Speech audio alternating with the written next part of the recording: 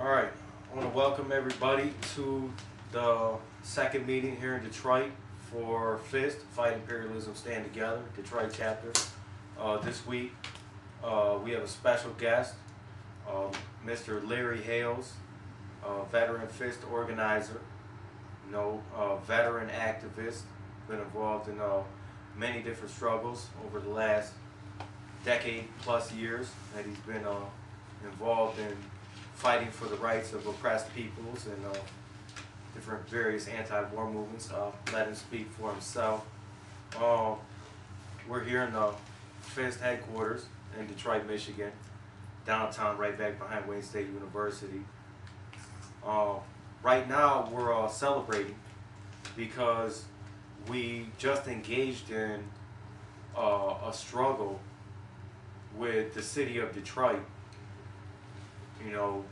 We helped educate and we helped organize to a certain extent the people of Detroit to go out to these town hall meetings to protest and to voice their opinion about the mass transportation cuts that the mayor had proposed.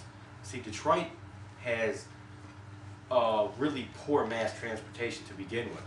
So we took the angle of attack that, Detroit doesn't need mass transit cuts, Detroit needs more mass transit. Because we don't have a subway and we don't really have an L or anything like that. We have something called the People Mover, but it really just moves people around from one corporate entity to the next so that you can spend your money at Joe Louis Arena or at the casinos or at some sporting event or whatever. At some corporate entity you can go on the People Mover to spend your money. But the People Mover doesn't actually take the people of Detroit anywhere meaningful. Our bus system is really poor to begin with. And so we have a new mayor who thought, he had it locked in for re-election because he got well over 60% of the vote for an emergency election to replace our last mayor, which is a long story in and of itself. Everybody who knows Detroit is familiar with the issue here. This guy proposed that he cut the bus schedule for Sundays altogether and Saturdays after 6 p.m.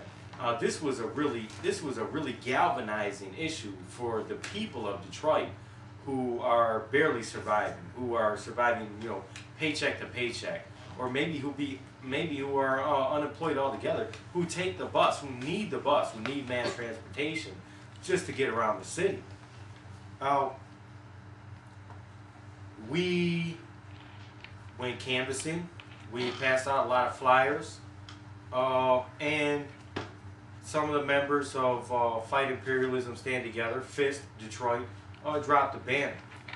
We'll have it on the internet in a couple of days, have it nicely edited along with a couple of interviews and speeches from the town hall meeting, so you can really get a feel for the level of excitement that's going on in the city right now. Detroit is on fire, and I'm glad that we're able to share our meeting today with you.